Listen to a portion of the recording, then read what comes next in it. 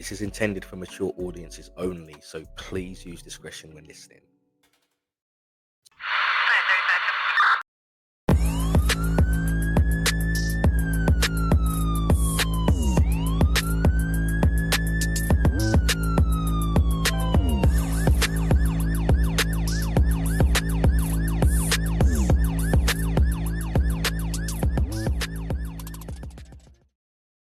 Welcome to Call to Dispatch, the show where we hear real stories from the people who answer the call.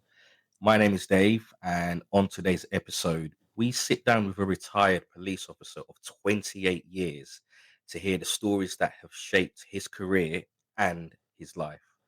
For nearly 3 decades, he wore the badge, answered the calls, and faced the unknown shift after shift.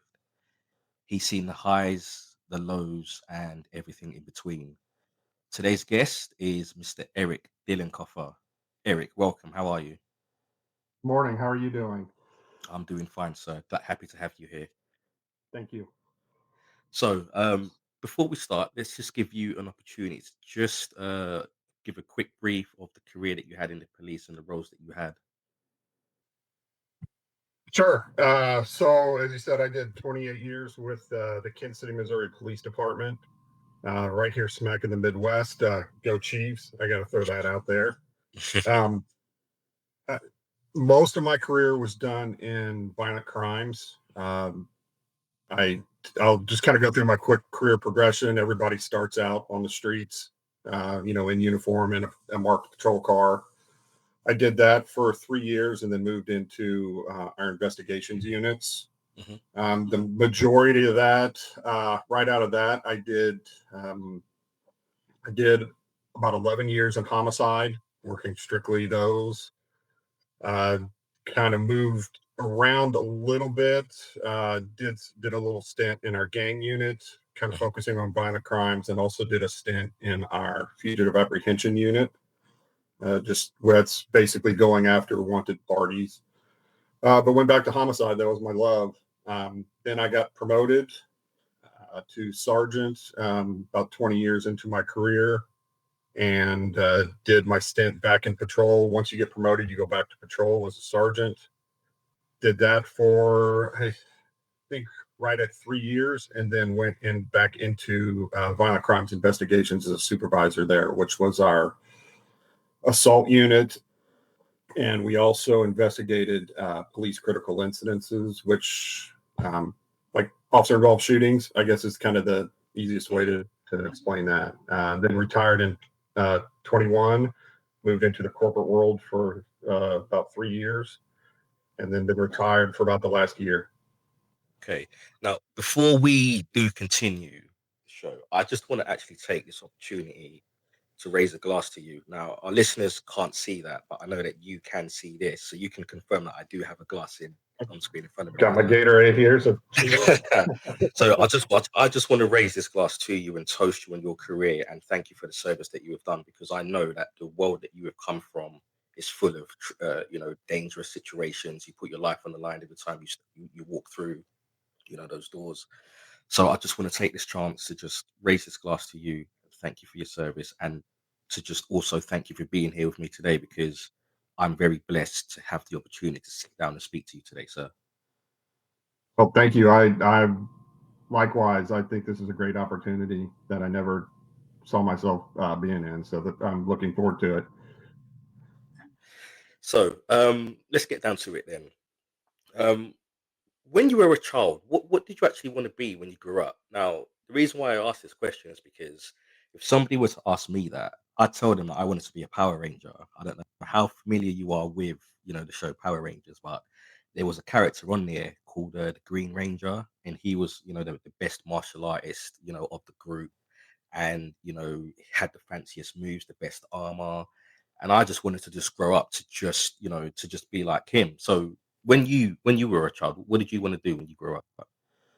Oh, kind of a little funny story with this.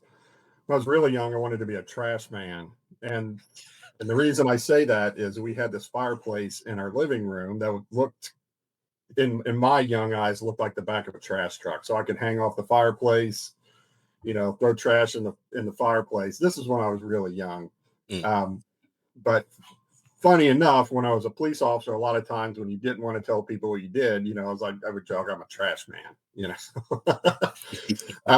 But I think I was a pretty normal kid. I wanted to be a pilot, fighter pilot. I wanted to do all those cool things. And it really wasn't until later in my teens that I kind of had some mentors that steered me this way. And I think in my ADD style brain, this was just something that clicked for me. I really wasn't sure what I wanted to do, but it clicked. And I had some good mentors that kind of steered me this way. Probably a little bit of to the chagrin of my mother Mm. going into this kind of field, but it just felt right at that point in time. Yeah. Um, Miami Vice was a huge influence in my young adolescence in the 1980s. I mean, what boy didn't love Crockett and Tubbs and Miami Vice? I mean, it glorified it. It glorified a career like that, which turned out to be much different than the TV show. But Yeah. that I think that if I'm just being transparent here, that in those formative adolescent years, that was something cool. I knew I wasn't going to be a fighter pilot, but you Mm. know being a cop was within reach in my mind. Okay. Now it's interesting that you mentioned Miami Vice because something that we'll touch on later on is how TV shows kind of glorify the world of policing. So we'll Uh-huh. we'll come to that shortly. But where I want to start is this: 28 years in service. That's a very long time. So take us back to the beginning. What do you remember? What your first day was like on the job, and the first job that you ever attended? What was that? Yeah, I actually had a very interesting first day. Now, just to back up real quick, once you get hired on, there's a 6-month police academy. So I'm going to start with my first day, and when I actually I had my badge, my gun, and I was out on the streets. If that works for you. Yeah, sure. Okay, yeah. So 6 months in the police academy, you're learning everything, and they give you a gun and a badge. And I was 23 years old, thinking, I mean, it was exciting. I mean, it wasn't. I don't want to call it a power trip because I really never was the type that was attracted to that. But I mean, as a 23-year-old man, young man, it's exciting. So Mm. very first day, I can remember we get assigned with a FTO, which is a field training officer. So I'm with my field training officer. We go through roll call. We get all our gear, put it in the car, and you're brand new. I don't know what I'm doing other than just the academy. Our very first call was an alarm call on a business. I remember it was a Sunday because we always started on a Sunday, and very mundane. Dispatch tells you, sends you to the address. The alarms on this building's going off. Get out. Walk around, check the doors, check the windows, make sure it wasn't broken into. It was a false alarm. No big deal. And then this is probably an hour into my shift. We get dispatched on a shooting. And luckily at that point in time, my FTO was driving because, the stress of we're going on a call like this Mm. and I don't even know where I'm going, So luckily I was sitting in the passenger seat and we got there on a shooting where um, two guys had gotten into a fight in the street and one shot the other guy. I remember walking up, the guy had been shot in the chin. Ambulance was already there. Some other officers were already there, but thinking, I can just remember not being so overwhelmed that it's like, I can't do this, but I mean, it's new. Mm. I grew up in the suburbs. I saw stupid things on TV like that, but I had never walked into a situation, something like that. And it was just like, wow, if this is day one, this is going to be an exciting job, I kind of thought. Yeah. Did he Um, survive the shooting? yes, he did survive, but enough, we were tasked with taking the suspect down to police headquarters because the suspect was caught at the scene, not by me, by some other officers. But when you're a brand new officer, they dump everything on you. It's like, hey, who's the new guy? You know, first day out, there's a bunch of brand new officers out there, and all the tenured guys are like, "This is great because we don't have to do all the grunt work, the paperwork, the transporting, all that." So we get the guy downtown to our police headquarters and take him into the detective unit there. And one of the things, just a typical thing we would do was take their clothing. Back then we really weren't doing DNA or anything like that, but we were doing, we'd take their clothes to see if there was, gunshot residue or anything like that. I remember we having this guy undress, and he takes his shirt off and he's got a bullet hole in his stomach. He had actually, the gun that he had used to shoot this guy, when he was running, he jumped over a fence and the gun went off and actually shot him. It was a superficial wound, but I was just like, what is going on here? Yeah, again, I think I was just, in my mind, I was like, I can't believe I'm doing this now. From a personal standpoint, it was very developmental. Like, wow, I can do this. That was my first hints of, like, because you had this trepidation going through the academy, learning all that. It's like, am I going to be able to do this? Because you hear the horror stories. It's kind of like boot camp, not as hard as like military boot camp, but to weed out the people that aren't serious about it, you know, they they kind of put the fear of God in you, what could happen out there. And it's like, okay, I think I can make it to day two, after that. And that call pretty much took the rest of my shift, doing reports, recovering property, doing the things that TV shows don't show, just the administrative stuff, the grunt work. But yeah, that was day one.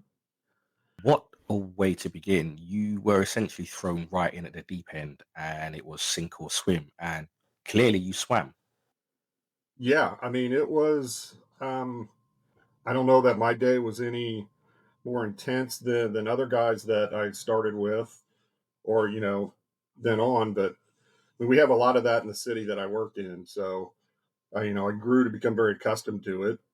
But yeah, I mean, it was very different than the life that I had led before, and I don't want to say I was on autopilot with it, but it was exciting. I mean, it was an adrenaline rush. It was like, this is not a desk job, and this is exactly what I'm looking for.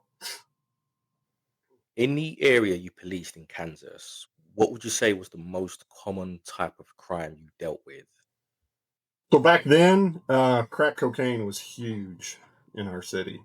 So, especially in the areas I was working in, the inner city areas. If the new guys don't go to the easy areas, so they dump you into the inner city.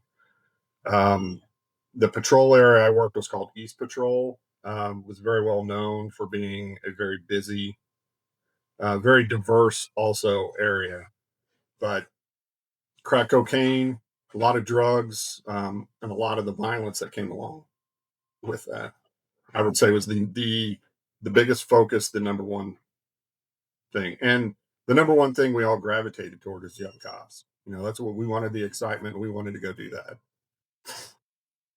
So 3 decades in the job, that is a serious commitment. And not everybody can say they make it that long, regardless of what industry they're in. What kept you going over the years through the highs and the lows over the decades? Starting out, it was the excitement. Um, I mean, it was an adrenaline rush every single day. I mean, I think that was, selfishly, that was a big part of it.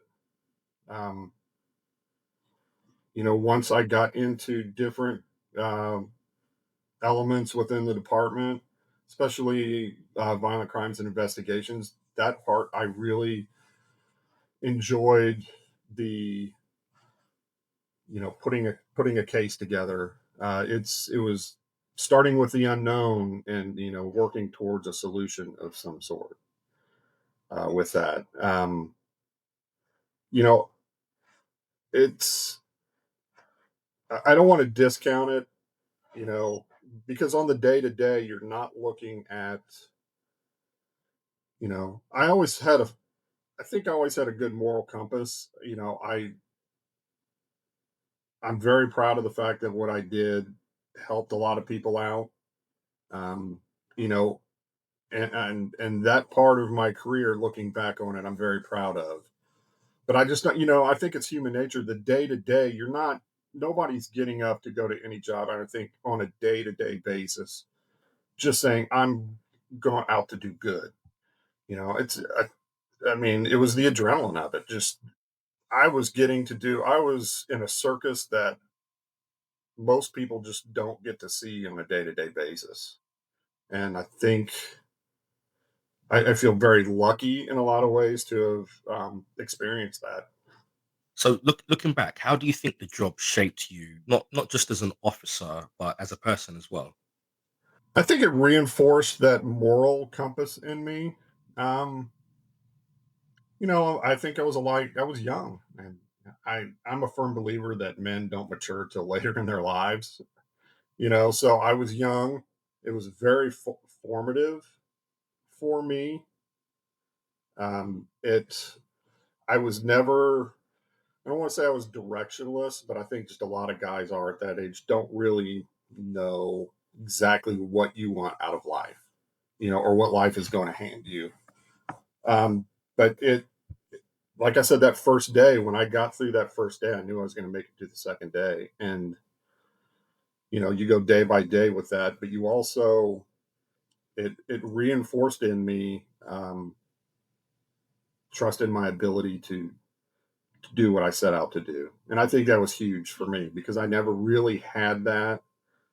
I was going to college before that, was kind of going through the motions with a lot in life. And then it just gave me purpose, and I was single at the time, so I could be selfish and I could focus everything just on me.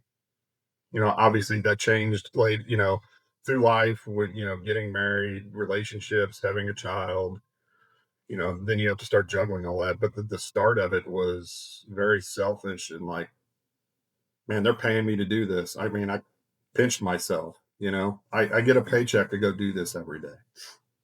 Earlier on, you mentioned your mother had some trepidation about you becoming an officer. Outside of her, was there anybody else who had similar concerns? And if so, how did you handle that? I think my mom got over it. I think that was just, a mother being a mother, worried about her child. And I think that was very justified. My dad was very supportive. My family was very supportive. My friends at the time, I didn't have, prior to that, my friends were not anywhere interested in that. So, I lost friendships waned, Hmm. once I got into the police department because we were just going on different paths. And it was very different than what, my childhood friends that I grew up with were doing. A lot of them are still in college trying to figure their way out. And here I am, a 23-year-old with, that somebody gave me a badge and somebody gave me a gun and somebody gave me a lot of power, and thankfully, you know, I didn't get into any situations where I abused that or, took advantage of or got out of my lane with that. I think you mentioned before that you had some friendships that fell by the wayside. Did you have a lot of friendships or even relationships that succumbed to the lifestyle of the job? The long hours, the stress, the emotional toll that it can have on you or those around you. Um, yeah, but I don't, nothing very significant. Um, I had girlfriends through that time. Um, early on, uh, I had a girlfriend. I was going through the academy. We broke up, but I don't necessarily think it was because of the job. I think it was just the natural course of relationships of young people at that time. Hmm. Um, through the years, yeah, uh, I will say that for me, and I think for a lot of guys that were in my positions, you felt the um, the eyes on you because I wasn't just Eric to a lot of people. I was Eric the cop. You get introduced to people, the first thing, oh, he's a police officer. I mean, and I don't know. that people who might have a lot of other careers or fields that they're in necessarily get introduced that way. So I've always felt that through my life. You know, when you're meeting new people, but it's changed now. I've still got friends from the department that I'm really close with, but I also have friends that are completely outside of the business. You know, When you were being introduced, did you ever feel like you were being judged for the job that you did? yeah, because I think there's just some of that stigma that comes with that. People would always joke, "Oh, he's the cop. Don't be caught speeding around him." And I think, and this is a very typical thing that happened on the job and happens outside of the job that I think grates a lot of police officers is, especially when little kids are around. Oh, he's a cop. If you're not a good kid, he's going to come take you away and arrest you. And I think their intentions were good, but I think that's something that probably weighs on a lot of cops. It's like, really, don't do that. That's because you end up creating a negative image of policing in young children, isn't it? Yes, yes, I firmly agree with that. It's a small pet peeve. I didn't never let it really get to me, but we all have pet peeves, and I think that was one of them. And you know, I didn't know. I tried to be. I think later in life you realize it affects you. The job affects you more than you realize. But outside of work, I didn't want to always be. I didn't want to be the cop outside of work. I was not that guy that always, wanted to be. I didn't want that to be my whole life. If I was out with my girlfriend or later my wife or friends, I wasn't looking to catch bad guys. I mean, I had that at work. I wanted just to be one of the guys.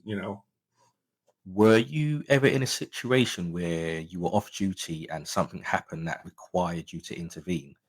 Yeah. Oh yeah. I mean, there were times, and I will say when you're younger, you're more apt to jump in and do something. Um, but I think as the edge gets dulled a little bit, and you get more mature, and later in your career, you're like, I can call 911. I don't need to be getting involved because now, I'm not equipped. When you're off duty, you're not necessarily equipped. You might be carrying a gun around with you, but you're not, you don't have the radio, you don't have the backup, you don't have the resources that you have when you're in uniform, just a radio call away from that. So I think you just start thinking smarter, use common sense and be like, look, I'm not getting involved with it. I'll be a good witness, you know. A very good witness. Do you think the balance between proactive policing, where you are out looking for crimes to prevent, such as stop and search, and reactive policing, where you're strictly responding to crimes that are called in, do you think that the shift has happened from more proactive to more reactive over your time in the force? And if so, what drove that change, in your opinion? Yeah, and I think it's kind of ironic because when I first came on, we didn't have a lot of as many specialized units like proactive units. Nowadays you have your regular patrol officers, but you also have uniformed proactive units that they're out there just looking for things. They're not just responding to the radio calls. Mm, Um, way policing in America is set up, you're tied to that radio. You're tied to people calling 911 and the dispatcher dispatching you to calls. So when you were young, we were always trying to use that time between calls. We were racing the dispatcher to try to go find something to do before she called and gave us another call. I think, and even when I got into investigations was much simpler then. It was, you know, the typical gumshoe, you had to get out there and you had to go talk with witnesses, talk with victims. You had to, get the suspect in. You had to interrogate that suspect and hopefully get, a confession from them. yeah. Technology now with cameras, phone cameras, surveillance cameras, cameras on houses everywhere, downloading and dumping phones. It takes so much more now in an investigation to get a prosecutor to take that case and say, we're going to charge this person. So I don't think it's intentional that proactive policing is probably taken a little bit of a backseat. It's absolutely still out there. And and it kind of depends on the investigation too. Drug investigations are pretty much proactive.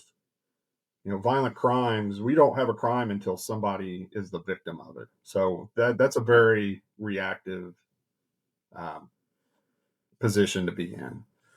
But so yeah, uh, and this is going to make me sound old, but the art of just talking with people is uh, is not necessarily what it used to be, and that's not to disparage cops that are out there now. I think I still know some very good cops that can talk with people great, that are great interrogators, but it's just different, and I think after COVID was a big portion of it. Everything is done remotely now, and I think police work has suffered a little bit from that. And cameras. I mean, when I came on, we didn't have body cams. We didn't have cameras in our cars. It's a good thing that we have those. Yeah. I'm all for those, but the art of just sitting and talking with somebody, a camera changes that. I'll use an example with that is when we were out on the streets, we didn't have cameras. I mean, we knew who our bad guys were in the areas we worked, and we chased after them. We went to go get them, but if I pulled someone over in a car that I knew was dirty, maybe not then, but just through reputation, through prior contacts and stuff, if they were driving with expired tags or I knew they didn't have a driver's license, those were little things I could hang on their head and say, hey, let's talk.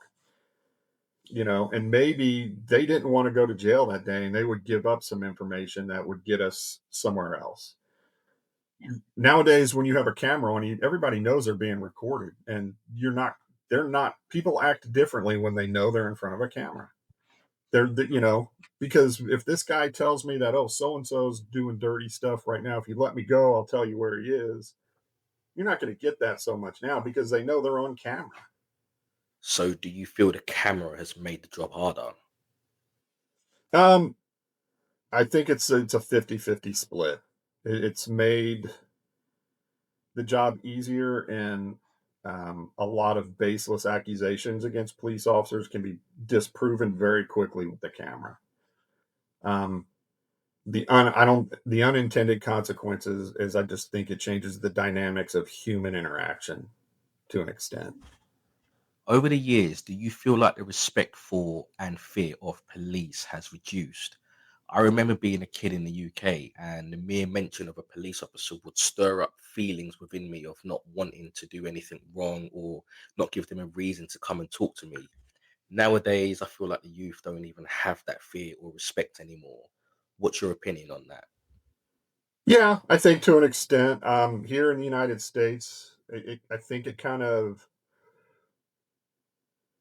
sometimes it wanes, sometimes it goes up, kind of, and I don't want to get into politics really, but kind of, we have an administration now that's very pro police. And so people kind of jump on that. I think people are more uh, apt to express their, views on being pro police. Mm. But we have, I think we still have huge contingents that are very anti police here in the United States. But that's just politics. You know, so it changes. I think it's changed. But yeah, I think overall, just as a society, you know, and maybe this is just my, I hate to sound like, oh, I'm that old guy that says, back in our day, people respected us more. And there is some of that. Yeah. But I'm sure some of that is my bias, you know, because of my age and all that too. Do you feel like your years in the force has made you see the world through a different lens and possibly made you more cynical?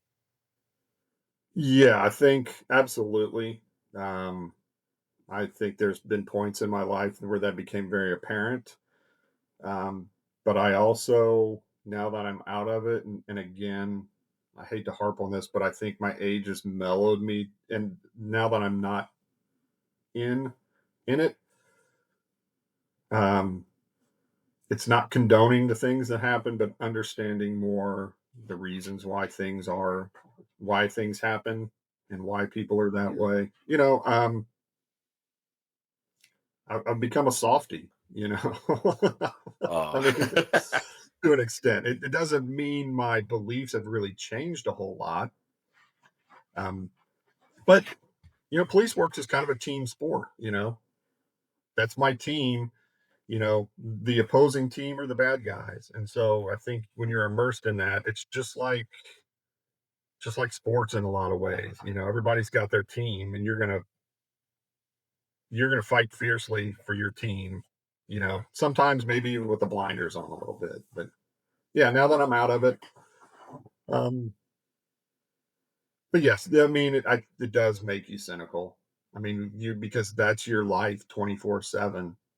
And you don't see the other side of it a lot. yeah.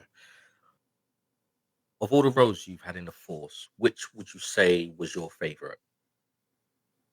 Homicide, um, that was the pinnacle. You know that was the top crime. I mean, somebody lost their life. Uh, they didn't just get caught with a bag of weed or a bag of crack.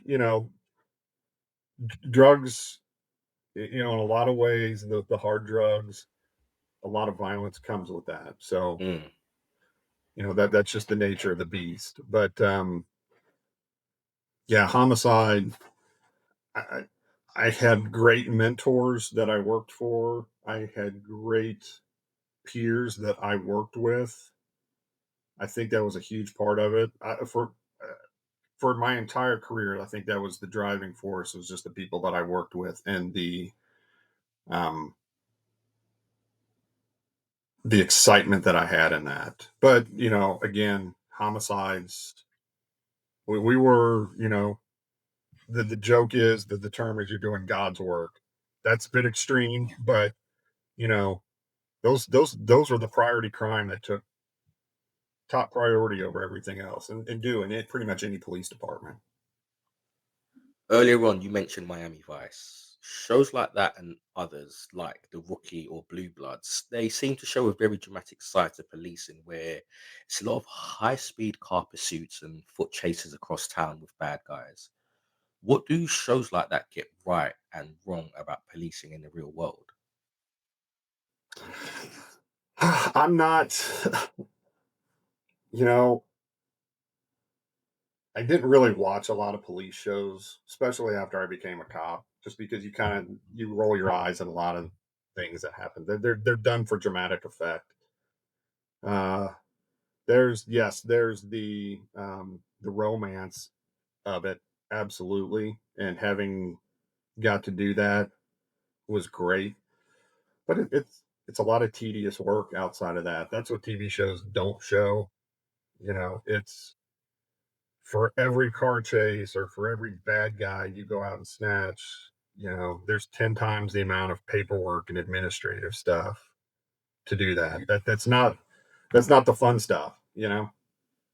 It's the long-term satisfaction. It's not the immediate satisfaction in something like that. Mm. And I think, an hour-long TV show is not gonna nobody would watch an hour-long TV show watching a cop doing paperwork, or arguing about where we're going to go eat lunch, or complaining about, what's going on in our personal lives that's getting in the way of us doing this.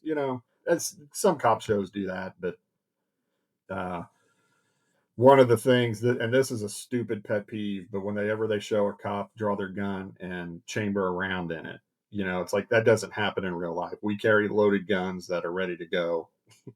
So when you see that on TV, it's like that's not real. You know, or the we're going to dump their phone and we have all their information in 10 minutes, or we get a DNA hit back in within an hour long TV show. Those things just take time. you're sitting around waiting for that, not and then The police shows, any cop that's a character on these police shows has been involved in 17 shootings, in their first 2 seasons of the show. And that's just not reality either. The very nature of the job means that you are regularly dealing with very serious situations, but due to the fact that you're working with people every day, sometimes funny things may occur. Do you have any situations that you have been in or heard of that was actually quite humorous? Oh, yeah. I mean, you have to have a sense of humor with that. And I think that's the side that a lot of cops keep to themselves Yeah. because it can be very dark, can be very raw.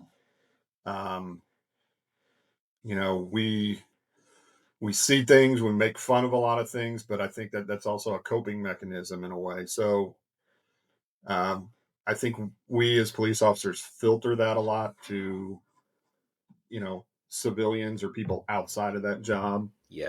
But yeah, I mean, it was.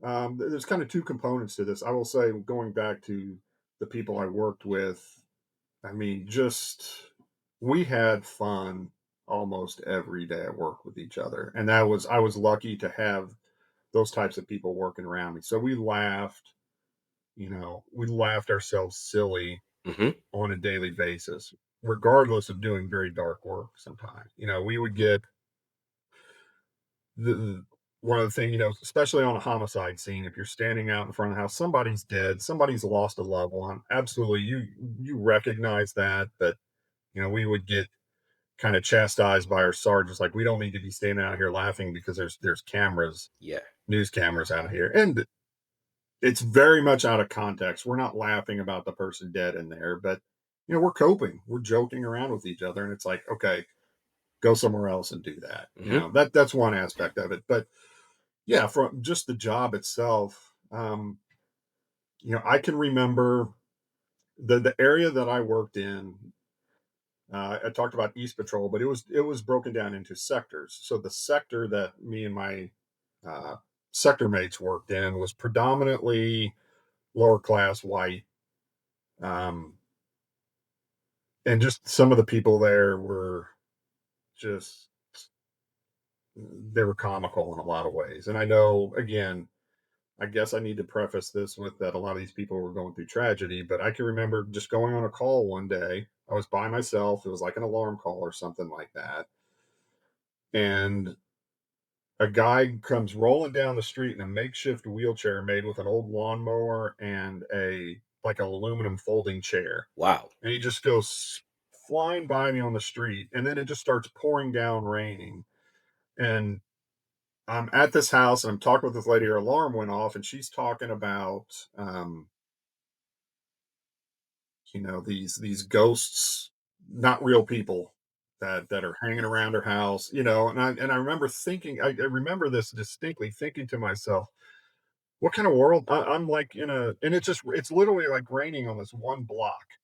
I mean, like if you drove 2 blocks away, it's dry, and I'm like, what is going on here? And I know that's not super humorous, but it just in my mind, I'm like, what have I gotten myself into?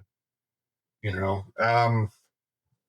I think one of the this could be a long story. I'll try to make it It's short, but I okay. was in homicide at the time, and our sergeant, this guy, his name was Dave. Just a brilliant mastermind. He was well known throughout our department, throughout our metro areas, just being, you know, uh, the go-to person, for homicides. And I was lucky enough to work for him. And typically, when we would get called, we'd be on call. Somebody got shot and killed in the middle of the night. If your crew was on call for that, he would typically call and he would give you a rundown of, hey, this is what we got. Dead person here. We don't have much information. Here's where you need to meet. Um, and this was an Easter Sunday, and I remember him calling, and he's trying to explain it, and he gets real frustrated from. He's like, "There's wrecked police cars in the middle of the scene. There's a prosthetic leg laying in the middle of the scene," and finally he's just like, "Fuck it, I don't even know what to tell you. Just get out here." So my partner picks me up, and we're kind of like, "What is going on here?" Long story short, this case was just a comedy of errors with the bad guys. It was this crew that went to go try to rob a drug house, Yeah. and they were just. I mean, it was you could probably make a movie out of it. Just this comedy of crew that had done this. One guy obviously had a prosthetic leg, and I'll just touch on this part. Uh, we get there at the scene. There's two wrecked police cars in the middle with the yellow tape around them, and there's this fake leg laying in the middle of the scene. And we're kind of like, okay, this one's going to be fun. Well, as we're there, we get information that our one of our main hospitals, where a lot of people go for gunshot wounds, that someone dropped off a guy at the hospital with only one leg that had been shot. When Ooh. I mean, we're not the smartest cops in the world, but like that's a clue. Ah. So we get to the hospital and we're talking with this guy. He's laying in a bed. He's talking with us, and then we get a call from our sergeant. He's like, "Hey, we found a gun at the scene that looks like it had been hit by a bullet. I mean, the gun was damaged." And he's like, "Take a look at this guy's hands." Well, this guy's hands are down under the blanket. So we're like, "Hey, dude, show us your hands." Well, he lifts his hand up, his hand's bandaged, and he's got like two fingers missing on it. And we're like, Yikes. "We really need to talk to you." Anyway, he was part of all this, but in all this happening, when they try to rob the drug house, the people in the drug house shoot back at them. Um, and this guy's running away, he loses his leg. He gets picked up by a buddy. He calls his girlfriend, like, "Hey, you need to go to the scene and pick up my leg. I need my leg." Well, his girlfriend's drunk. Well, she goes to the scene. She's pulling up just as the other officers are pulling up. Typical when officers get to the scene, you're just shooing everybody away. And they're telling this girl, they're not even concerned whether they don't even know if she's drunk or not. They're like, "You need to get out of here." She proceeds to wreck into two police cars there, and she gets taken into custody for a DUI, driving under the influence there. But it's just one of those stories that I think when we talk, that's one of the stories that always comes up. When you're telling war stories, telling the story about this, and it goes on and on. But it's just that's that's not atypical. That's kind of the thing with the job, is just some of the things that you see and experience. You're like, man, if regular people even knew what was going on around them, Yeah. a lot of people are ignorant to what goes around them, and that's not a bad thing. People want to think they're safe, they want to feel safe and all that, but just the things that, and there's probably too many to count stories like that. And this is why I'm doing something like this, because the everyday people who aren't in this field, they have no idea what really goes on around them. And by having people like you come on and tell your story, it hopefully opens that door for learning. And hopefully, people gain a new appreciation for emergency service workers who deal with this sort of situation on a daily basis. Yeah, I mean, I it I think it really does change your mindset. Um, that's what we were exposed to all the time, things like that. So it skews your reality about what the world is really like outside of that, I think, a lot too. Now, you've been retired for a few years. What's the transition been like for you? When I left the department, I left because I was offered another job in corporate security. It kind of fell in my lap. I got that job. Um, and that job in itself, this company was starting a security portion of their company from the ground up. Um, so I kind of jumped from, it wasn't the intense adrenaline of police work, but it was busy, and I was with another group of guys that were all retired law enforcement in various capacities. So, again, it was kind of that brotherhood again. But we were building something. We were building this enterprise security apparatus up within this company, so it kept us busy. Just through um, changes within the company, some mergers with them, they ended up basically kind of gutting that system. So then I was last year left, um, not working, and it's been a transition because I think what you realize is you like my not just mine, but I think police officers or people, military people and first responder positions, your baseline is set higher than civilians. And I don't like the term, but like normal people, you know, I'm not, and it's not to disparage, but and you're just used to that, So now having time and not having, trying to get my baseline down to a quote normal level, it's been a challenge, you know. Um, I'm older now. I couldn't do that job like I did when I was younger. So you kind of feel like that horse out the pasture a little bit. Like, what's my role in life now? Because I can't do that. Trying to find purpose. And for me, I touched on earlier, I didn't want to be the cop outside of work. I thought I had a pretty good handle on that, but now completely out of it, um, you kind of feel like a fish out of water a little bit, trying to find your way, you know, in a world that you're not part of anymore and somewhat don't feel part of with normal society and trying to navigate that. What do you miss most about the job, and what do you definitely not miss at all? The camaraderie is huge. Um, I, I think most cops have a lot of that. I was extremely lucky in my career to have great camaraderie. It was like, I'm not trying to be sexist here. I mean, because there was a lot of females on our department that were great, but when I just say the brotherhood, I'm talking about that group. Um, that was I don't know that I would have gotten that anywhere else because moving into the corporate side, it's a different world, Hmm.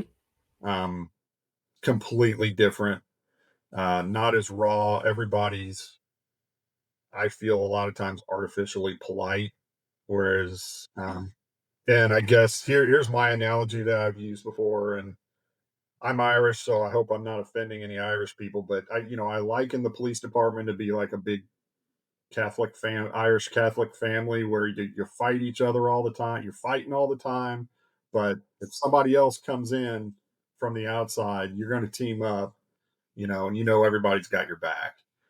Um, I think that's probably my best analogy for that part of it. The work for the extreme satisfaction, especially in homicide cases, of working. Sometimes those cases would take days or weeks Hmm. to get some closure on them. Those are highs and lows because when you have the cases that you didn't get, you suffered the feeling of defeat on that.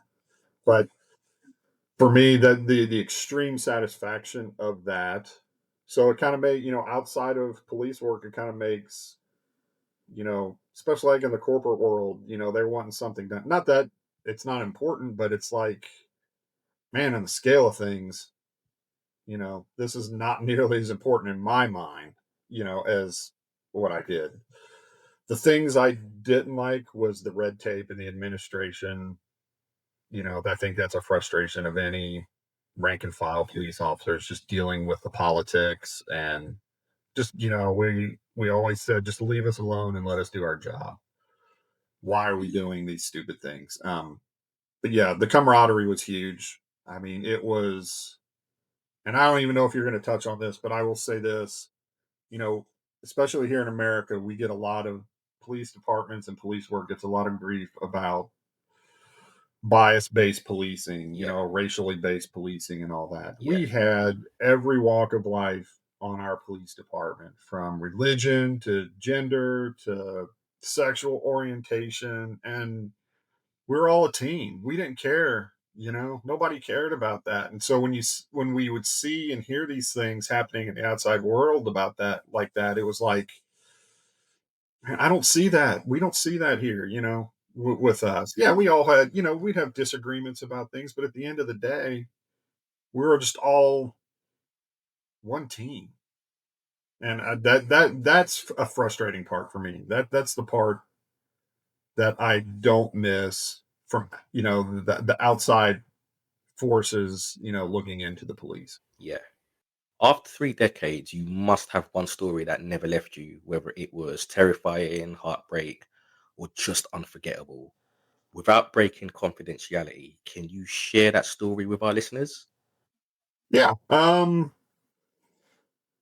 think for me personally, there's kind of a 30,000-foot view and the more specific incidences, but the bigger view is, um, in police work, you're taught to be professional. There's not a lot of room all the time for empathy or sympathy towards people and being human. Um, that portion, I think, again, as I got older, kind of weighs on me that I wish I would have shown people more empathy or caring in uh, in my career. Um, you know, maybe that was just self preservation in a lot of ways. Because when you're dealing with dead people, you can't let every single one affect you intensely. Um, Tragic situations, but you would kill yourself, if you bore the burden of all that. So I think that's the 30,000-foot view of it. Yeah, there's a few cases, probably two, three that I can think of.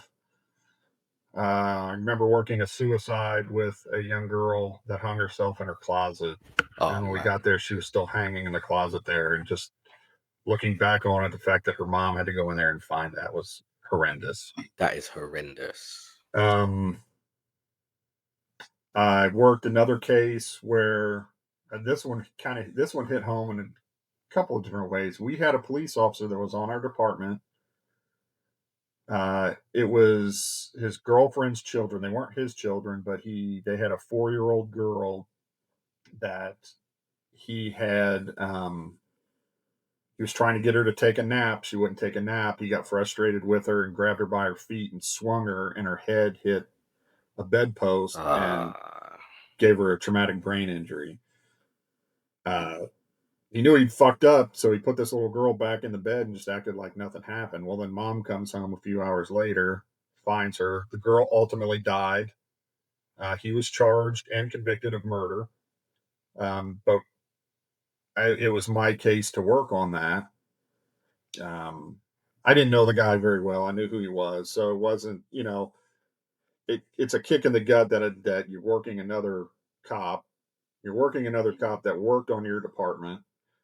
But the thing that hit me the hardest at that time, this she was a 4-year-old little redheaded girl.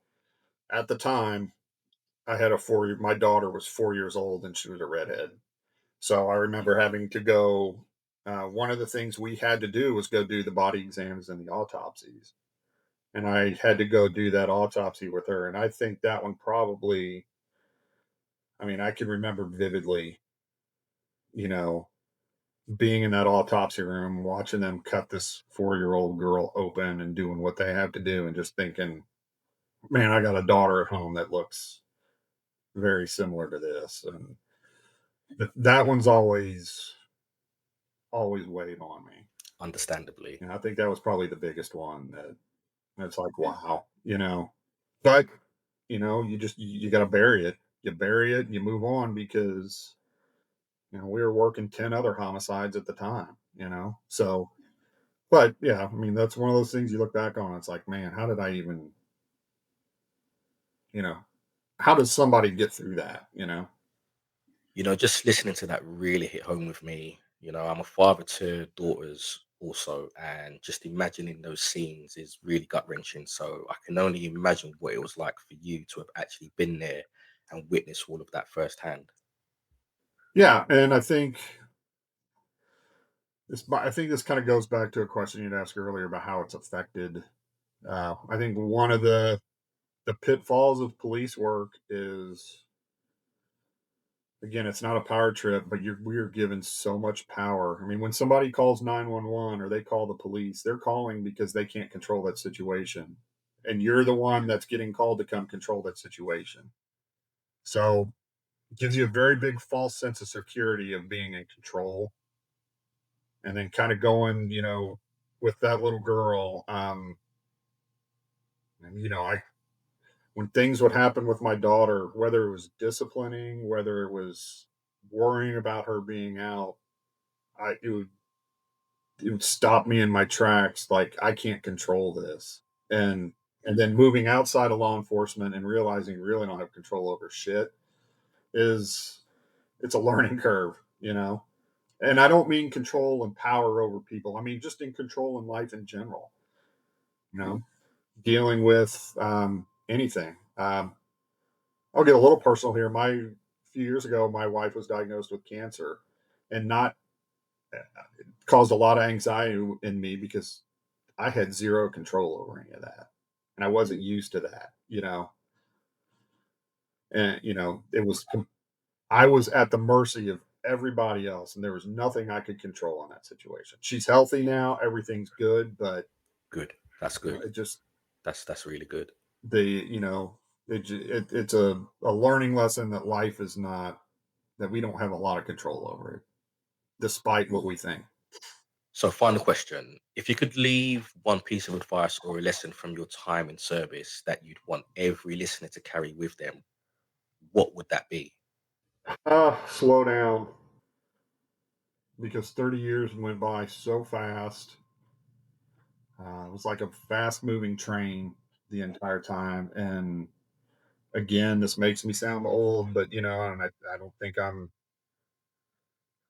think a lot of people go through this in life is just slow down and appreciate moments and things like that, because it seems like it was yesterday. And I know it sounds cliche, but just so wrapped up.